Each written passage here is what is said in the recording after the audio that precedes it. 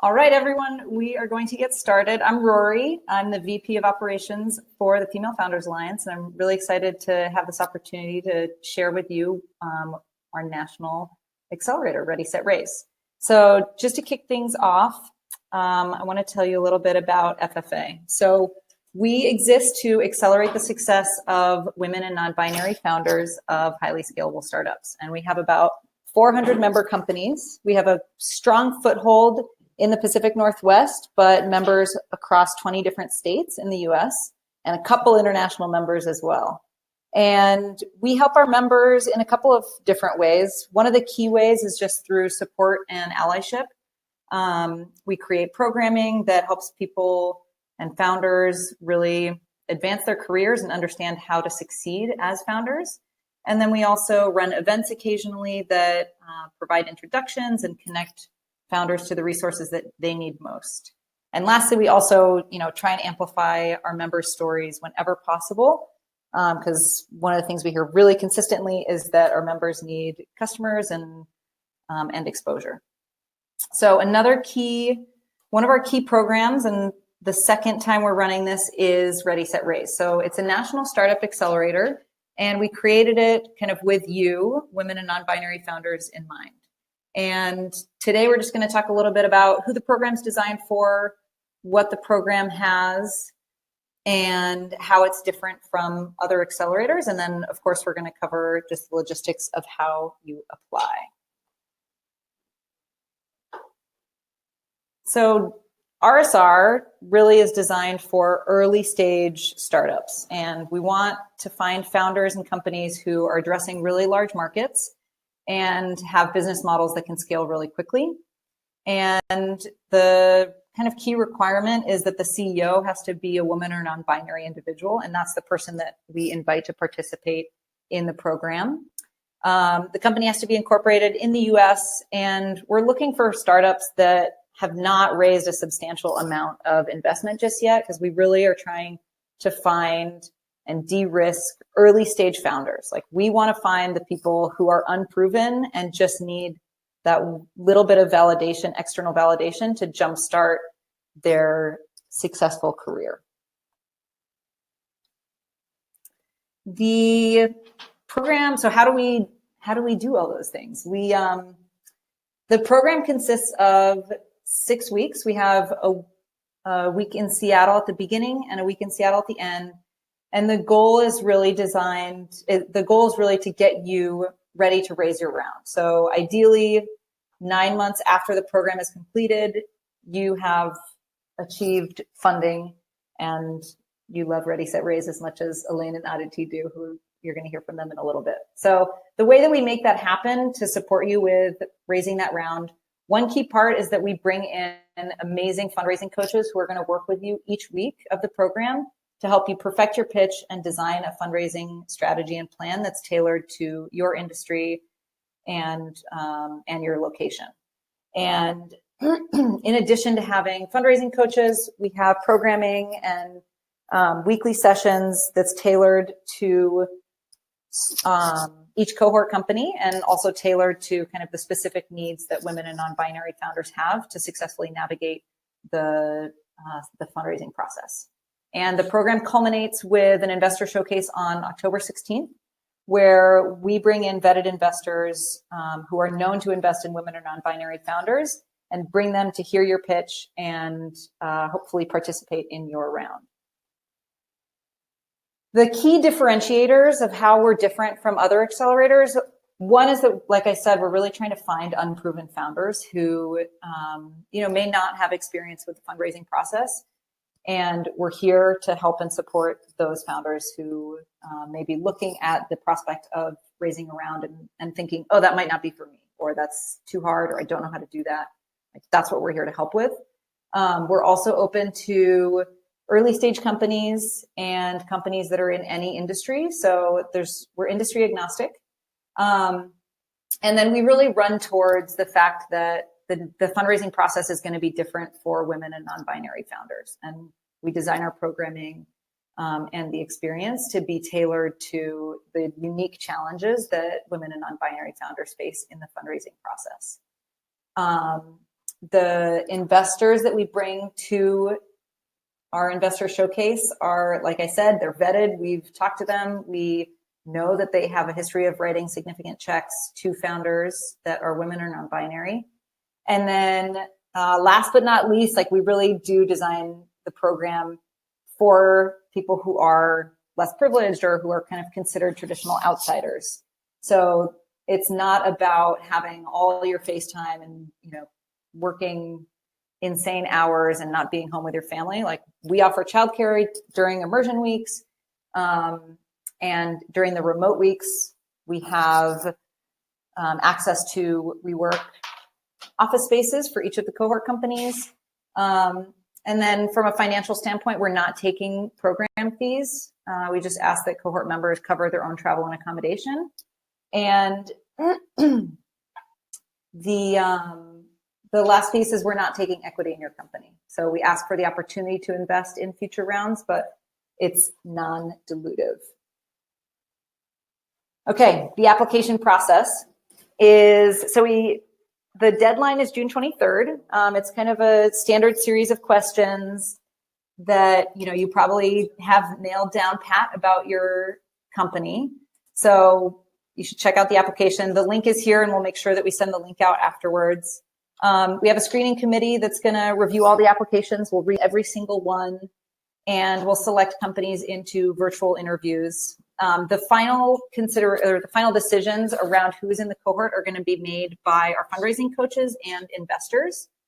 And then the last thing about the application process is that, you know, we are going to be reviewing everyone who applies for FFA membership. So that's a really exciting perk to completing your application. And then you also get a free month of co-working at any WeWork office nationally when you complete your application.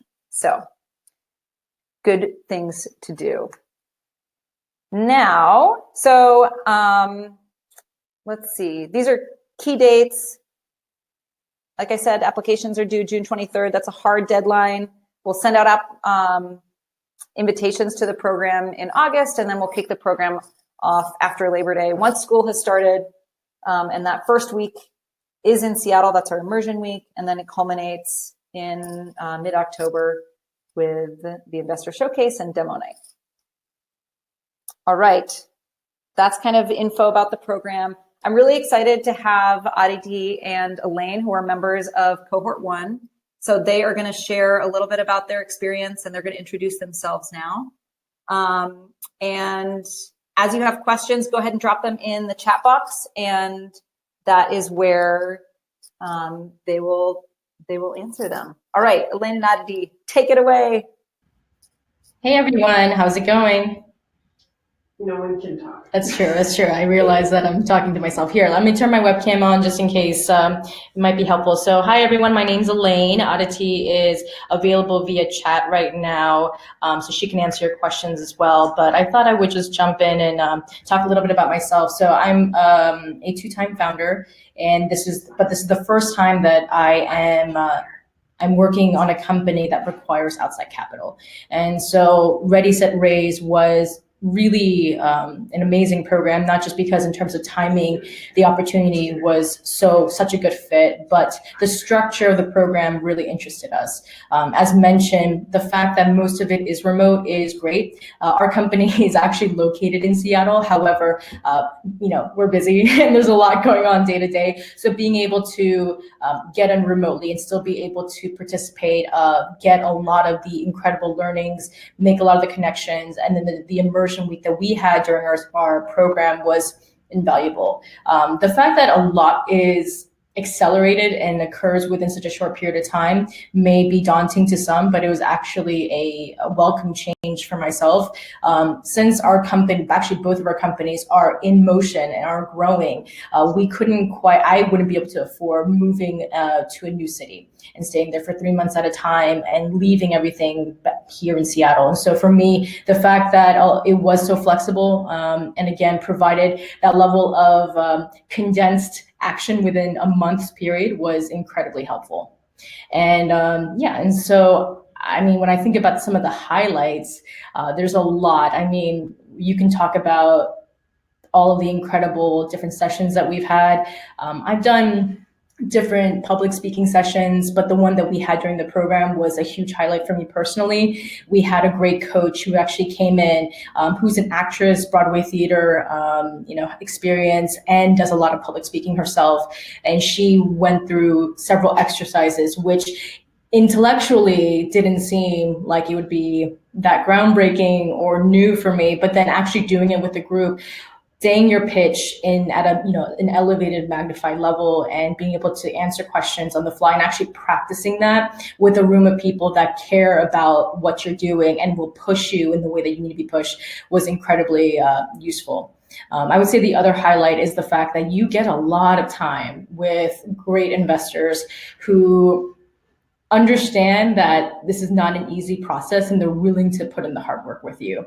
Now, if you manage to get investors who invest in your company and have that relationship with you, that's amazing. But this is a program designed for people who may not have those relationships yet. And so for us, getting to meet, let's say, Sarah, Serena, and some of the other investors who were willing to spend that time with us and grill us was incredibly useful.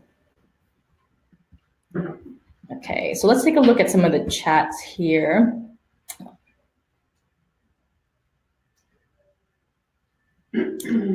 All right. So I see one question. It says, is it rolling admissions, or is everyone notified on the same date? This is where I can answer that one. So we are going to notify everyone on the same date. We will start our interviews in the July timeframe. So yeah. I guess we're going to notify everybody by August.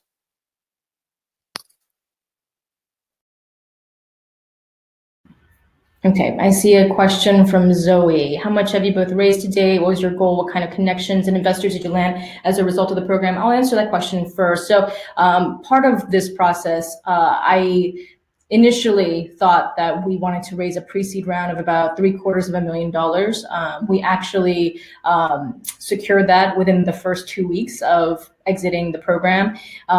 Interestingly enough, once we had those investors soft circle, we realized that we actually wanted to push forward and raise our seed round. So instead of diluting at this point and raising that amount, we wanted to just move forward with our seed. So that's currently what we're working towards achieving. And it was pretty great to have Ready, Set, Raise help us get ready for that. I would say a lot of that work that we had done up to that point on fundraising was minimal. We had a pitch deck, but it was not tailored towards investors in the way that we needed it to be. I hadn't practiced pitching as much as I needed to. So that was something that I was really grateful to be able to get. And it looks like Aditi has just shared her experience as well.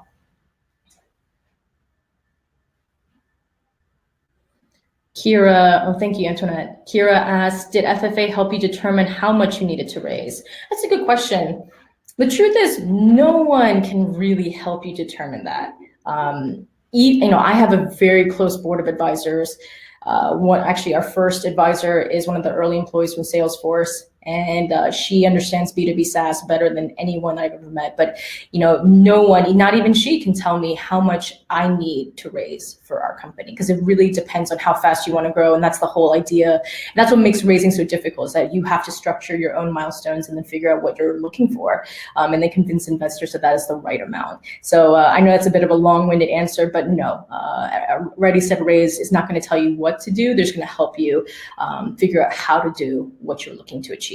Now, I do get the sense that if you're trying to do something, let's say really, out there, I want to raise $20 million and I haven't built a prototype yet, you'll probably get some feedback. But overall, I would say that if you are in line with what you're trying to do and it sounds like, yeah, the markers are there, then they'll help you figure out how to do it.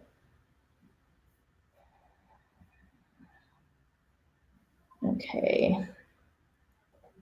This is Rory jumping in. Just since Aditi is having some technical issues, I just wanted to call out one of the, I'm going to read one of our comments, which is just that one of the angels that she met at Ready, Set, Raise was one of the folks that ended up leading her around, which was really, really helpful. So, and Aditi, if you want to share anything else over chat, either Elaine or I can read out your comments, or folks who are on the line, go ahead and follow in there. In the meantime,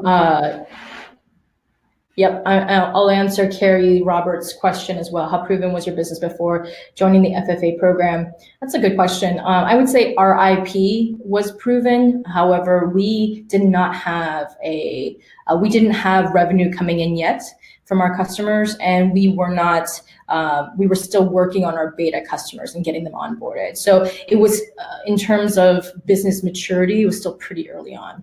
We knew what we were going to do because we had been doing it for years prior, but in a SaaS model, it was very early.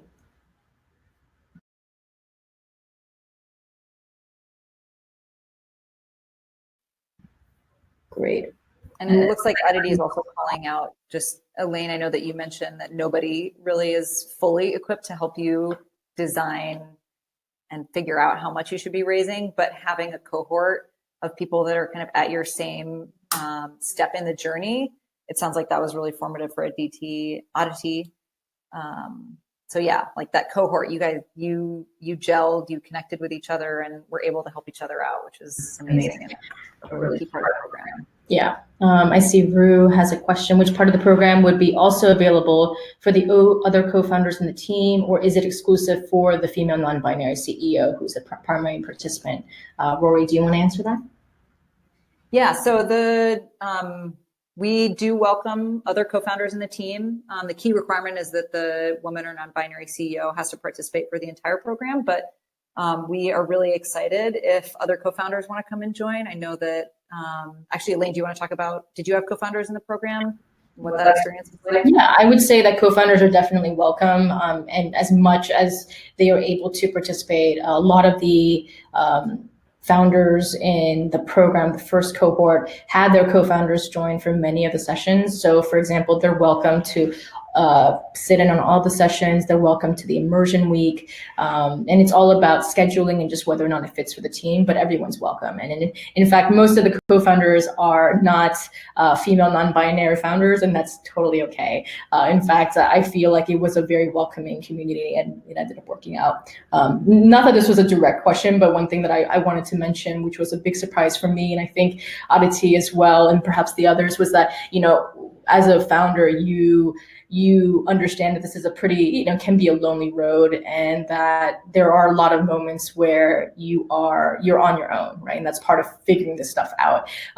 And going into this program, I think all of the founders thought, you know what, this is going to be great. Here are the different, value adds I'm going to get out of this. This is what I hope to achieve, et cetera. But one thing that none of us really expected was how much we would really enjoy each other's company and how much we needed that camaraderie. I think a lot of us are tough, hardworking, independent people, but then meeting like-minded people from all different backgrounds who you can actually share and genuinely relate to was an incredible gift that we didn't expect. So that was one thing I wish had happened sooner in our cohort. We experienced that in our immersion week, which is the last week of our program last year. So I'm really glad that this year there are actually 2 immersion weeks, one at the beginning and one at the end, which means that this cohort has a chance to meet each other and get a chance to form relationships well beforehand. So Antoinette asks, to build on Carrie's question, the application criteria says the business model should be out of stealth mode. Can someone elaborate what the bar is for that? Does that mean users and revenue?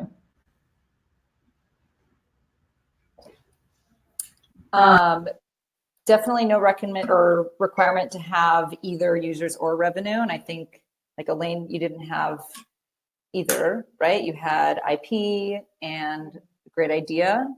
So we are totally open for really early companies. And yeah, you don't need to have revenue. Like, we're here to support you in figuring out how to get money so you can get to revenue.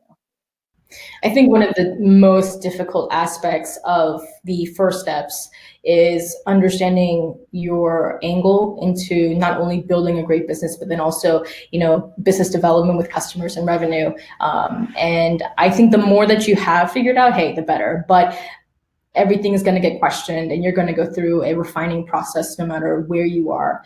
So for example, one of the other co-founders, Alexa, had already raised a $1 million pre-seed or seed round, and she already had a product that was live and accruing customers. And so she was on one end of the spectrum. And then on the other, you had quite a few of us who were still building, either just had built prototype, we're still building beta, we're just beginning to onboard beta customers. So there's a good range in terms of where everyone is. But I would say conviction, having as much data or proof points that help others understand why your business is something that should be within, should be supported. I think that's what really matters at this stage. I hope that's helpful. Are there any other questions?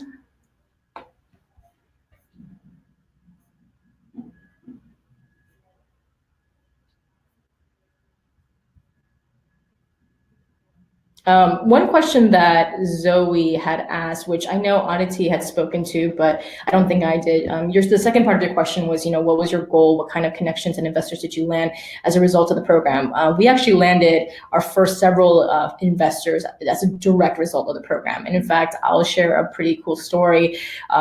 During our immersion week, which was the final week of our program, we had a great sort of one-on-one sessions paired up with amazing tech leaders from all over the West Coast, just to talk. 45 minutes where you can basically discuss anything that you want. And, I sat down with one of my local heroes, a CEO named Christina Bergman, who is amazing. And I had seen her several times speaking in different forums. So when I was paired up with her, I was like, hey, this is going to be awesome. I came out of that meeting and I went in thinking, okay, I'm just going to build some rapport. Let's get to know each other. And let me ask her about her business and how she maneuvers certain difficult spots. And I told her a little bit about what we were doing, and she understood the reason why it was so important and why it absolutely needed to get built, and came out with an investor without even looking to pitch. I wasn't even trying to pitch her. She actually came to me and was like, if you're interested in having me, I would love to invest. And that was something that, again, I think really opened my eyes, because it made me realize that although there was a formalized process for pitching, there are also a lot of informal situations that can lead to great investment opportunities as well. So I felt like that was something I did not expect, but was very happy that happened, and I just wanted to share that too. Zoe's asking, are there specific industries and business models that are better suited for this program than others? I run a CPG company and was wondering if this is catered more towards tech software focused models. So we have, my company is a B2B SaaS company, but there are many that are not.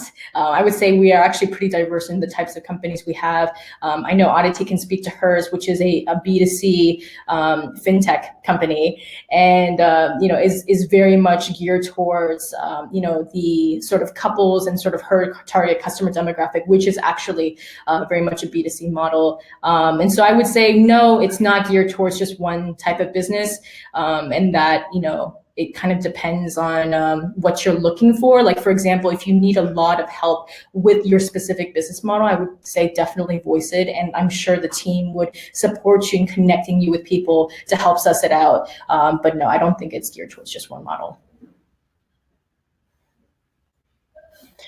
Let's see, now that you've gone through the program, what do you think goes most overlooked? Can you be a little bit more specific? Kira, what do you mean, in reference to what?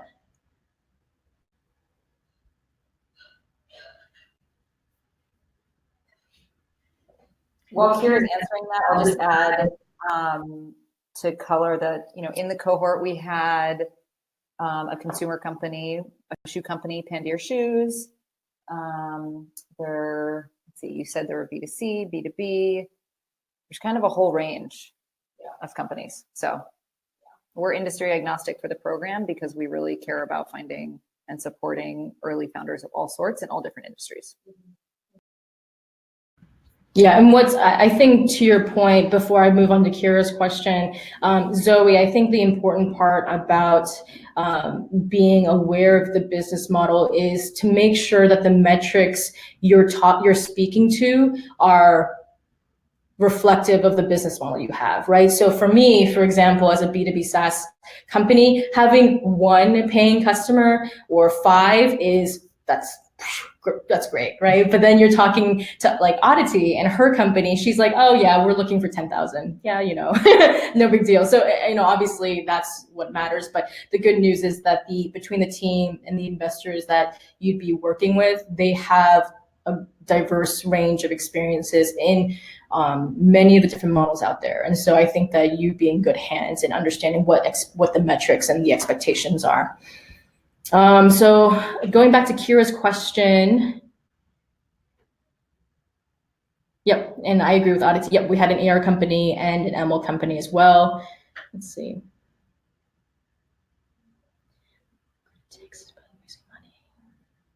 What do you think is most overlooked about raising? The grit it takes, the stress, the ease. Oh man, where do we start with that?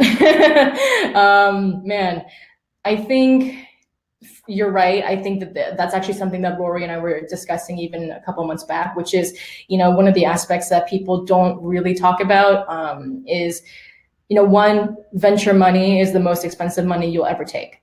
And secondly, getting it requires a lot of mental fortitude that no one individual has on their own. And I think that that's why some of the camaraderie that comes with being part of this cohort was incredibly helpful for me, because I didn't come in with a built-in support network, but then through this program, you had one. But yeah, the grit, the stress, yes, absolutely. When I think you realize that, you need a certain number of financial resources to get things done, but, you can't tell what's going to happen until it happens. I don't know if that quite answers your question, but I'm happy to talk about, certain aspects of that process if you're interested, either offline or even in this chat, if you have any other follow-up questions. And yes, Sarah, we do stay in touch with others. In fact, I was supposed to be in San Francisco last week, likely crashing on Aditi's couch if she had in mind, because we were going to go to an event together. And I speak to many of the other co-founders on a weekly basis, sometimes daily, depending on, how crazy it is or what's happening.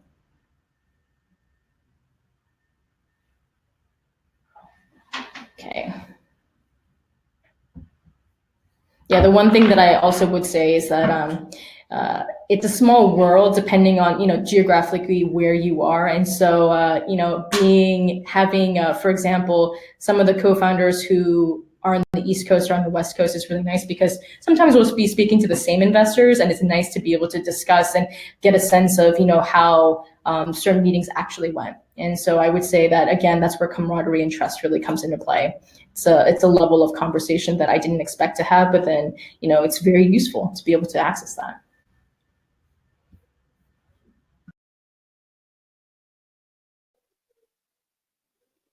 Okay, I think we're going to wrap there, unless there's a question that pops up right now. You all have been really great, some really amazing questions. And Aditi, thanks for sharing your comments in the chat box. And Elaine, thank you for sharing all of your insight. I love Zoe says she deeply appreciates your info, advice, and transparency. So just as a couple logistical reminders, applications are due June 23rd. So apply. You should do it. If you want to be like Elaine, you should apply. And yeah, if you have any questions, other things that come up, you can always email us. team@femalefounders.org is a great way to get a hold of us. And we look forward to seeing your application. We all want to be like Elaine. Elaine and Aditi, thank you so much for taking the time. And I'll look forward to seeing everyone on here applying, and looking forward to meeting you at some day in the future. Thank you, everyone.